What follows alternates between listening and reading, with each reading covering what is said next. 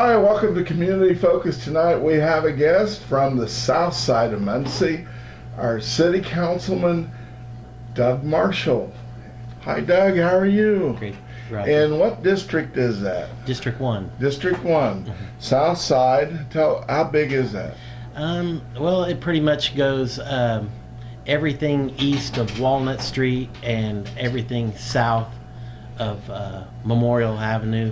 It kind of branches off a little bit, kind of near the fireworks store there on Walnut, and there's a couple spots that it goes to Burlington off of 12th Street, but it's pretty much the southeast corner of Muncie to the city limits.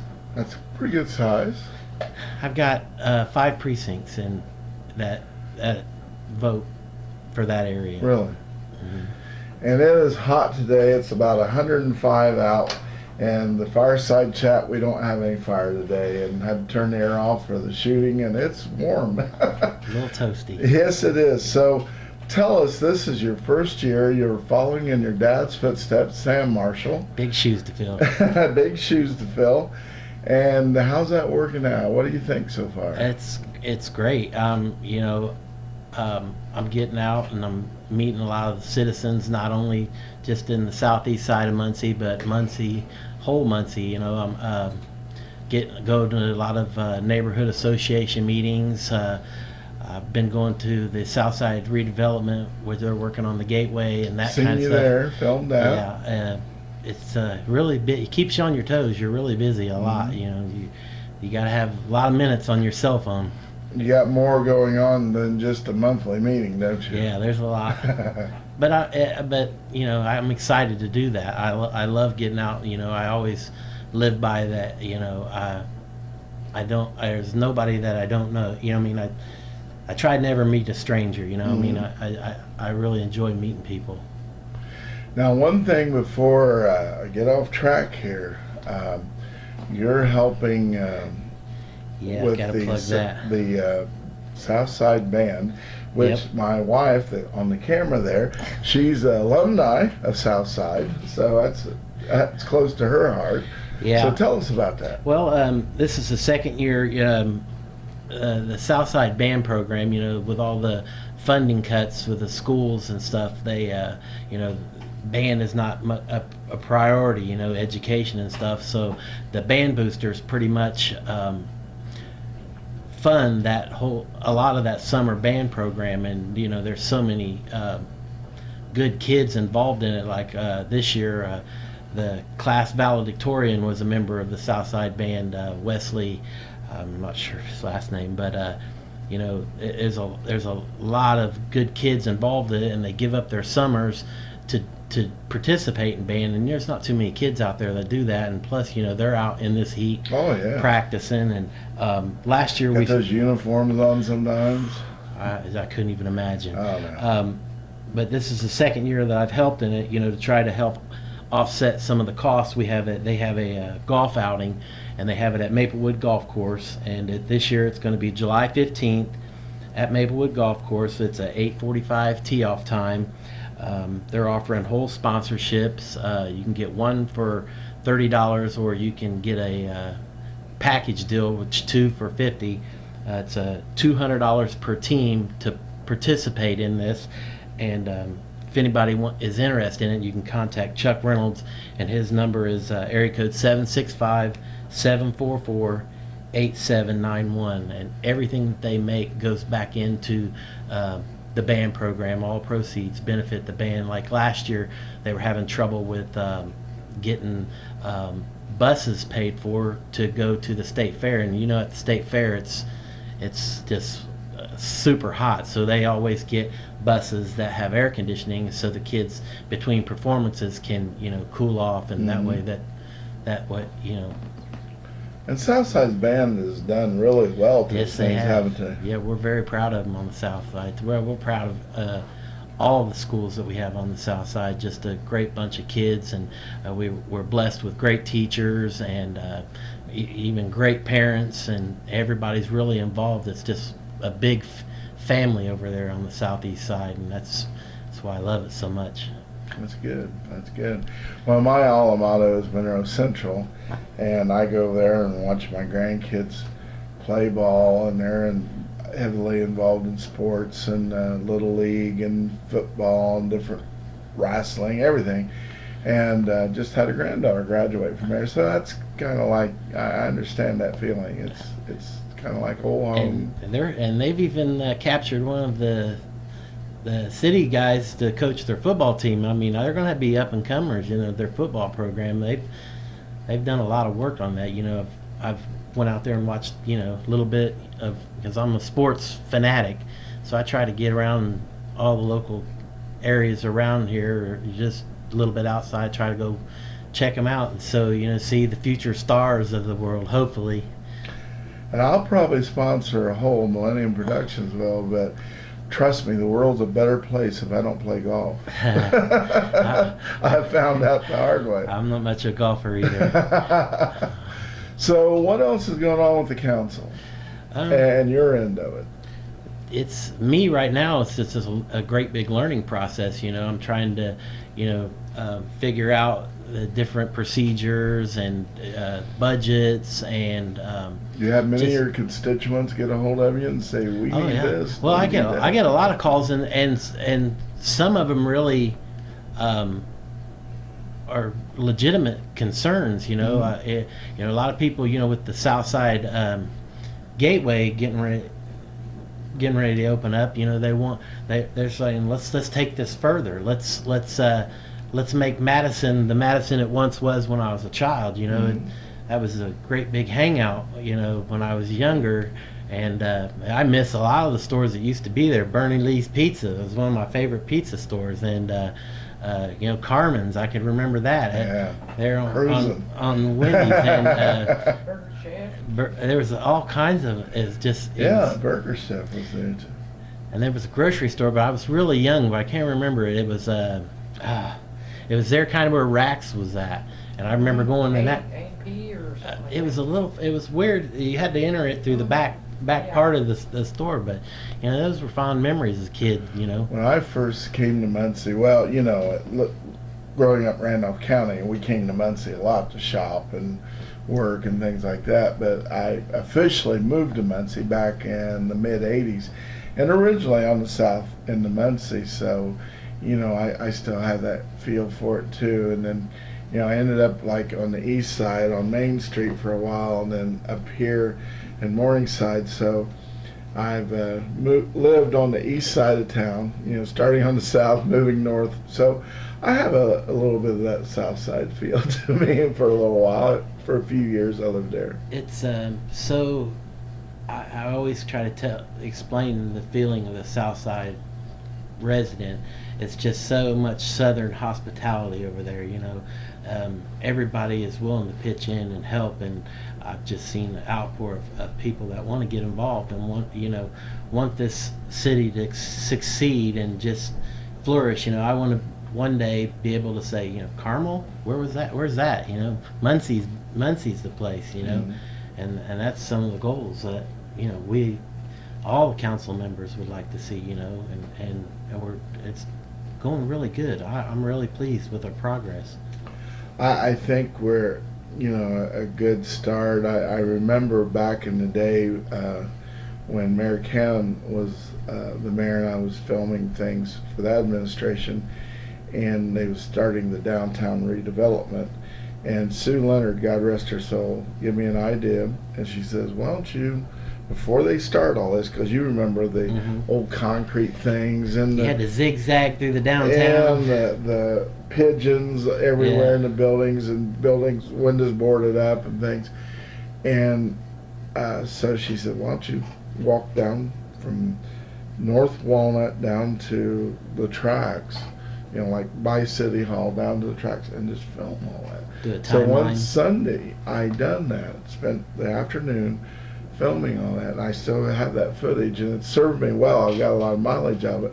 But a couple times we done a before and after with it, and you see pigeons flying out of buildings boarded up, and trash blowing downtown, those concrete things, and now you have more of a vibrant downtown, and I think Muncie's just, we've took a good punch. We've lost some good industry, some jobs and things, but God willing, we'll bounce back and get some, it's kind of the rebirth, and hopefully we'll, like you said, we'll make this a very nice. On the subject of downtown, there's so many, the hobby shops that's down there, and I usually take my kids. There was a teacher at Southside who now owns Artists Within, Bob Hartley, and he does a lot of stuff with kids. He has art classes, and good. It's just I like going down there too. The painting the ceramics and stuff is kind of a release. You sit there and get lost in your work, and it's really a nice environment. He has soft music playing and snacks. I mean, there's so much going on downtown. It really is. I'm really pleased with the progress that they're making. And I like going to some of them restaurants down there, and the outside on the sidewalk reminds me of Europe, because that's one thing I liked about Europe. It is those neat. Sidewalk cafes, they were called, and things like that. And sometimes you just forget where you're at. Oh yeah. It's like a few years back, me and my wife, we said, well, let's get cultured one evening. We went and attended a play at the Civic, and then we went to Vera May's and dined down there, and it was really a. Did you get cultured? Yeah, I felt so. Oh, good for you. Yeah, it was a really nice time. I mean, we enjoyed it, and I could see myself doing it more. Yeah. Well, there's certainly come a ways down there. It's there's a lot going on, a lot of things to do, and I look for it to get better yet. I hope so. I think the mayor and the downtown development people just are always working on ideas to. They're very passionate about it. Absolutely. They're very passionate about it. Absolutely. I mean, to stand out there at the Rib Fest in that heat, and plus the grills. The first year they had Rib Fest, I got to be one of the judges. That was a good gig. I bet you said. Did you have a bottle of Tums afterwards? No. It was great. We had water to drink and bread, so we wouldn't mix up taste of one ribs from the other. But no, I liked that gig. That would be a good gig. I don't think I'd mind it much either. There was some really good ribs there. There's some good competitors, and. It's just that's a good turnout every year. It is. They do. Good family fun there. They have a good time down there, and it's music. Nice to see, and it just brings the community together. It's really nice to see. I'll tell you what. There's been some of the things talking about downtown. I miss those end of summer jams because. Oh, me too. Me too. One of my favorite groups. This goes back from the time I was 14 years old. That was a long time ago. I was a big fan of Steppenwolf. Oh, and I went to that one, and I got to meet John Kay, and that just as right after it was around my birthday, because my birthday is September 22nd for all you cards and letters accepted. But no, that just made my day, because and I told him, I said, I've been following you guys' music for all these years since I was 14. I was back in 1967, I think, when Born to Be Wild came out. And I played in a rock band for a while back in my young days, and we played some of their songs, and it just I'm not a big starstruck person. I've met a lot of celebrities and things, but if you would have asked me who's the one celebrity you want to meet, and a lot of people don't even know who that is now, especially young kids. And I said John Kay from Steppenwolf. He's such a political activist too, At his concert, I remember I was there, and he was giving his political views during the show, and I was like, he's earned that. Well, I don't know. A lot of people don't know his background, but actually he escaped from East Germany back in the day. He listened to American music, figured out he spoke the wrong language, and he escaped from East Germany through the Berlin Wall and made his way to Canada, started learning English and the music business, and came here. So, yeah, he's been around the block. speaking of Germany, that's another thing that I've done in my life. Is I was involved with exchange students. I remember that. And last year we had a student from Germany. I remember And that, yeah. that was really pretty cool, to learn a different language, which I didn't pick up on. Well, I think I could say hello, and that's basically. But it's it was a pretty good experience. My kids enjoyed it, and the first year we did it, we had a student from Colombia, Really? and she was telling us different things that about their culture and stuff like that. And one of the stories that stuck with me that she told, when we were driving, she said, this is just weird, this driving, because in Colombia you could be driving down the road and somebody on a bicycle will grab a hold of your bumper and ride along with you. And she said that was really common. She said people here are so relaxed driving, and she said, in Colombia it's just chaos. Mm-hmm. And then our German students, we brought them down, and Chuck Leonard had something to do with the drag strip. Right. And the family are really into American muscle cars. So I called Chuck. He got us tickets to go to the racetrack, and then he came down and walked them through the pits. And that's another big family out there. Everybody loves to brag on their cars, and took them through there, and let them look at their cars and stuff, because the laws in Germany are very strict on their automobiles. They have to be inspected quite frequently, and they can't hot rod their cars up. They got the Autobahn. Yeah, the stuff comes fast off the line, I think. But they loved seeing the nitrous and all the other stuff on those dragsters. The quick speed. But it was really cool to see, to intertwine the cultures, and that was a real good learning experience for me. Oh, yeah. As a councilman, what is your goals?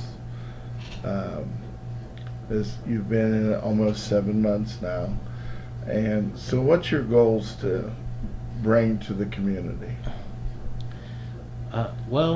My goals was that to do the very best that I can, have no regrets, because there's some issues that you think, am I doing the right things? But I want to know in my heart that I did do the best I can. I want to bring, like I said, one of the things I'd like to see South be what it was back in the 60s and 70s and early 80s, back to that, the way it was, try to build it up, and people more people businesses will want to come to the South End. With Sparta is doing a big project over there, and they're adding a bunch of jobs. So I feel, that it is coming, and I just feel that there's great things coming for the South End, and I'm just hope I can continue being a part of the positiveness of it. What about economic development?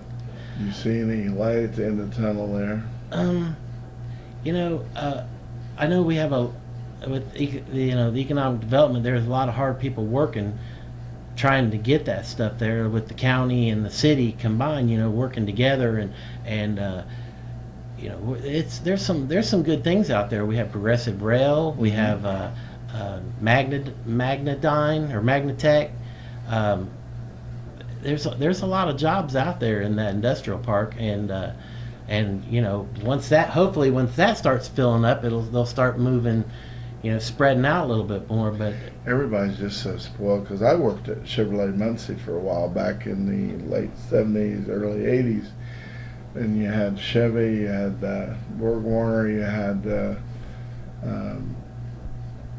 Broderick's, and all those manufacturing, and Ball Brothers and this and that, and when all that was gone, and it's just like a big void here in town now. And I guess the hopes of everybody is to see it'll probably never be back the way it was, but hopefully we get some things going here. I think big things are, Dennis has put a team together, and they work really closely with us, and keep us informed of what some of the things that's going on, and they're working really hard, and nobody can say they ain't trying, Oh, no. because they do. Certainly not. I mean, I've gotten calls from Dennis 10, 11 o'clock at night. Hey, could you come to the office? I wanted to put this by you and see what you thought. Some things that possibly could go to the south side of Muncie, and That's great. and and then we can take it to the neighbors and the neighborhoods, and get their opinion on it, to see if that's something they would be interested in. It's I'm really pleased with our progress so far, but it's early. It is. It's very early, but I do know by crosstalk I hear and things I see that they have a team that's working hard on that, and the mayor has always been a friend of labor. He used to be on the Central Labor Council, president of that, et cetera, et cetera. So I know jobs is a priority, and I'm sure everybody on the council, that is a priority, to get some more jobs in Muncie. Because I think it's just I've talked to different people, but as well as I do that when people are working, they maybe aren't out doing other things they shouldn't be doing, and they're earning a decent living and supporting their family. Oh yeah, when people are working, the crime goes down, and drug use goes down, and everybody's prospering, I guess you'd say. It's and I feel like we're gonna hopefully we'll see those good times again. It's going to take a lot of work, and I got my tennis shoes on and I'm ready to go whenever. Even when they do some of the cleanups down there, I try to attend those too. Just like they say, it takes a village to raise a child. And everybody's going to have to chip in to help. And I feel really positive about the direction we're moving. So with that, I know one of the big things for that area out there happened at the first of the year was the reopening of the fire station. I was so happy to see that. A lot of people were. I was so happy to see that. I mean, I was happy to see them open this one out here. Oh, I bet. Yeah. Fire Station 6. Those stations really do affect insurance on people's homes, and I was worried, for everybody, out here, out on my end, these insurance companies, they, response times mean a lot to them, and I just think that was really important. And that fire station was more than just a fire station. It was a community center. Some of the kids would go up there and they'd get to speak with the firemen and get some life lessons from them, I guess you would say. And it just I've never seen I'm real close to that station, and you can feel it in the neighborhoods, that excitement is in the air. They could just. Well, besides those reopening, two of the best things that's happened was putting the firemen back to being first responders. Oh yeah, oh most definitely. And because what does that cost? A couple gallons of diesel fuel to go on a call. They're there. They save a life. They're there getting paid anyway. With those defibrillators and stuff that they carry on and they're trucks. trained first responders. Oh yeah.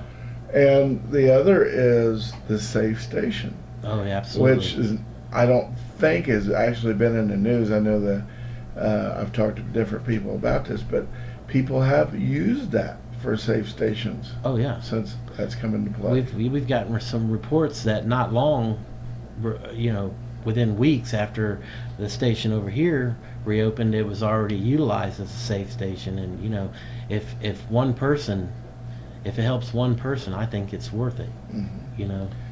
And I definitely, I was very adamant about this station because of the railroad tracks, and that was the station close to all this side of the tracks over here on the east side. Just imagine how nervous you would have been this time of year that we're going through this heat and this dry spell, and that station is not open. You know, there have been a lot of people sitting on the edge of your seats going, oh. I've had to call the fire department a couple times. Once, one of my neighbor's house in the middle of the night was on fire, and Dennis was still a captain then, and but they was here just in minutes, and then one of Comcast lines shorted out and actually set the back of my house on fire. Fortunately, I keep a lot of fire extinguishers, so I had my wife call the fire department, but I was out there with a fire extinguisher, and most had it out, but you know, they had their thermal camera out checking it and checking the wires and calling the right people in to do things, and I just felt so glad about that. But I just felt it so ludicrous to take those firefighters out of that first responder role, because I've told many people, I've probably said it several times on the show, that you know, when my dad was living with us, God rest his soul, twice we had to call the ambulance for him, and you know, they wouldn't send the fire truck. You know, they wouldn't send the fire department, and they were first responders. One time there was a train, and I mean, he literally couldn't breathe. Seconds are like hours.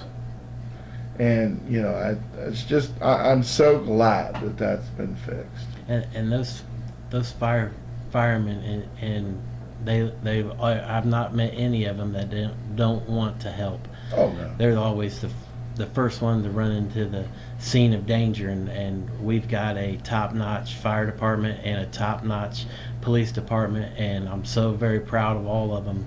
You know, they all really enjoy their jobs and take it very seriously, and they love all the new training, and I'm just very, very, very proud of all what, you know, this police and fire we have in Muncie. Absolutely. Absolutely. Good bunch. And you know, I've interacted with a lot of them, both police and fire, and you're right. I mean, we got some good folks there. And we've got a lot of good employees in Muncie. You know, street department, parks department. I mean, they're just, you know, top notch. I mean, the parks always look wonderful. The streets are being well tended to now with Duke and his crew, and Harvey working hard on the parks. And you know, they're having the Ron Bonham thing out there, which I think is a fitting tribute. Mm-hmm. It's just, and you know, I've tried to go to every park. I've tried to go, you know, I've been out to the reservoir, looking at the grounds out there, and you know, drive around, do surprise visits, and it's just the campers are very happy out there. The dock holders are very happy out there. It's just amazing the work that these guys, all these city employees do. I mean, we're very fortunate to have such a good bunch. Well, we are, and you know, you guys in city council, you got a job on your hands. I'm ready. Well, I know you are, because you was all enthused about it last year, and then I talked to you right after you know, you actually got sworn in, and you know, you've got a lot of enthusiasm. I think you'll do a real good job. Yeah, I enjoy this. And you got big shoes to fill. Yeah. Your dad's shoes to fill. And he still every once in a while gives me a poking, you know, hey, you should do that. You know, he's giving me some fatherly advice. He gives me fatherly advice sometimes, but you know, he's not overbearing. You know, he's a you know, good man, my hero. Mm-hmm. And he helps me out a lot. You know, Good. giving me points, and but I have to learn this a lot of it. He can't do this for me. I have to do it I have to make the decisions myself, and it's good to have. You know, I've had a lot of good advice over the years. Tiny Adams, and my uncle Brian was a fireman, Brian Reed, and there's just been so many people that has been in my life that's helped keep me in a positive direction. Good. Well, we're about out of time, and I want to thank you for coming over Thanks and for being on having the me. show, and thanks for the updates on what's going on with the council and the city, and wish you a lot of luck. Well, thank you. Take care. Thanks. And thank you for watching Community Focus. Auf Wiedersehen, mein Herr. That's all the German I know.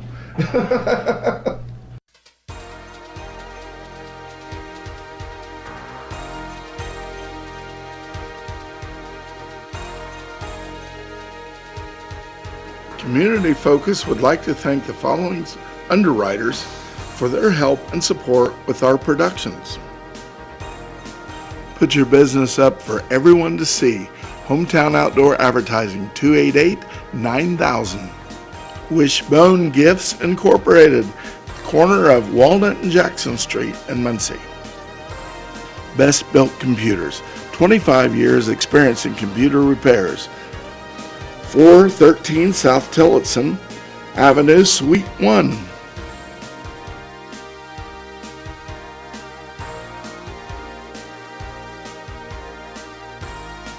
Crime Stoppers. Tips can pay up to $1,000. 286-4050. You don't have to give your name. McGalliard Guns and More. 800 West McGalliard, Muncie, Indiana. 765-288-GUNS. This show is produced by Millennium Productions Incorporated. Thanks for watching.